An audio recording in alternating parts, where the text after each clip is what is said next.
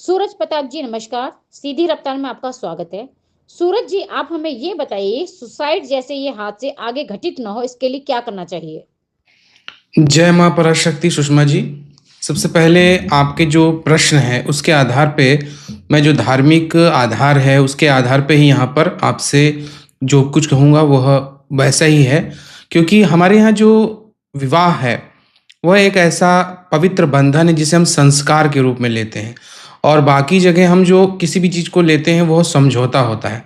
तो आज की जो परिस्थिति है उसके कारण से संस्कार ना मानते हुए लोग समझौता मान लेते हैं और समझौते को तोड़ने के लिए कई तरह की चीज़ें अपनाने लगते हैं। तो यही ऐसा उनके साथ हुआ होगा। और हालांकि पारिवारिक विवाद की बहुत सारी वजह होती है, इसमें आपसी संवाद की कमी हो सकती है। भौतिकवादी जो हमारा जीवन चरित्र आजकल हो गया है उसकी वजह से भी ऐसी चीज़ें होती हैं। अहंकार यानी जिसे कहते हैं मैं या तुम, ईगो की जो भावना है, ये सारी चीज़ें भौतिकवादी हैं और इसमें मानसिक तनाव और अवसाद चीज़ें ऐसी उत्पन्न कर देता है जिसमें आत्महत्या की घटनाएं जो है बढ़ जाती हैं। तो अगर हम सनातन धर्म के अनुसार देखें तो विवाह के पूर्व शिक्षण और परामर्श का एक प्रोग्राम गुरुओं के द्वारा, आपके पूर्वजों के द्वारा, या फिर यूँ कहिए कि आपके पेरेंट्स के द्वारा होना चाहिए।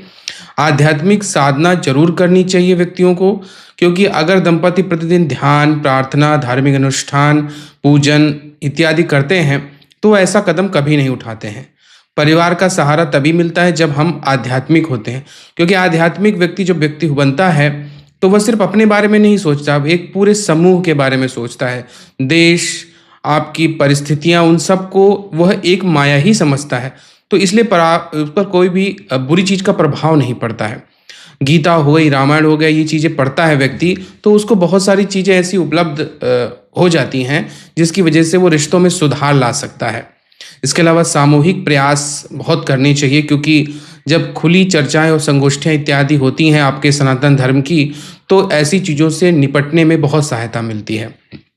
इसके अलावा मानसिक स्वास्थ्य के लिए भी विशेष रूप से कार्य करना चाहिए, जिसमें योग है, ध्यान है, सकारात्मक जीवन शैली है, और विवाह काउंसलर की भी आपको सहायता लेनी चाहिए। और ये आपसे धर्म से जुड़ा हुए आपके गुरु होते हैं जो आपको विवाह के संबंध में विभिन्न प्रकार की मदद देते रहते हैं। इसके अलावा धार्मिक संस्थाएं हैं, गुरुकुल हैं, मंदिर हैं, और जहाँ विवाह संस्कार संपन्न होते हैं वहाँ भी जाकर के भी सहायता लेनी चाहिए।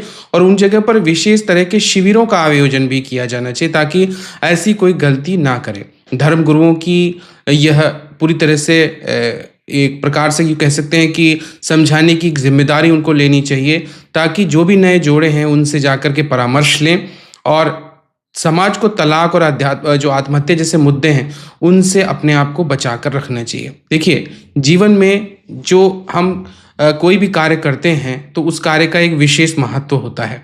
उस महत्व के कारण ही हमारा आगे का जीवन चलता है। तो ये जिम्मेदारी दोनों पक्षों की होती है, और अगर कोई उसमें साथ नहीं भी निभा रहा है तो भी इस जगत को अगर व्यक्ति ये समझ जाए कि यह भौतिक जगत है, यहाँ पर तो परेशानियां आएंगी ही, सामंजस्य बिठाना ही पड़ेगा। तो यहाँ पर जब सामंजस्य बिठाने की पूरी कोशिश की जाएगी तो कभी ऐसी गलती नहीं होगी।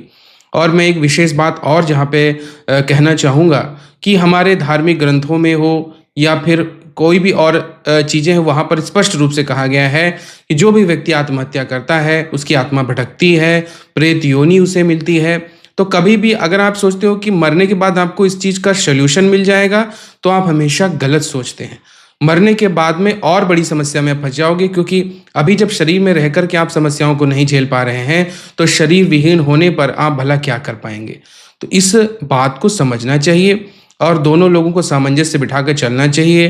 दैनिक प्रार्थना, पूजा पाठ, गुरु की शरण इत्यादि अगर कोई व्यक्ति लेता है तो ऐसा उसके साथ कभी भी गलत कभी नहीं होने पाएगा, और वो हमेशा इन चीज़ों से बचकर निकल जाएगा, क्योंकि वो जानेगा कि ये जगत तो मिथ्या है, इस जगत के संबंध भी मिथ्या हैं। तो अगर कोई आपको प्रताड़ित कर भी रहा है तो उसे समझाने का अंतिम प्रयास लगातार करते रहना चाहिए, और ईश्वर की शरण में जाकर के आपको उसे भी और स्वयं को भी रखना चाहिए, ताकि ऐसी माया का कोई प्रभाव इस प्रकार न पड़े कि आपको इतना बड़ा कदम उठाना पड़े। और यह केवल आध्यात्मिक जगत में प्रवेश करने वाले व्यक्ति को ही समझ में आता है।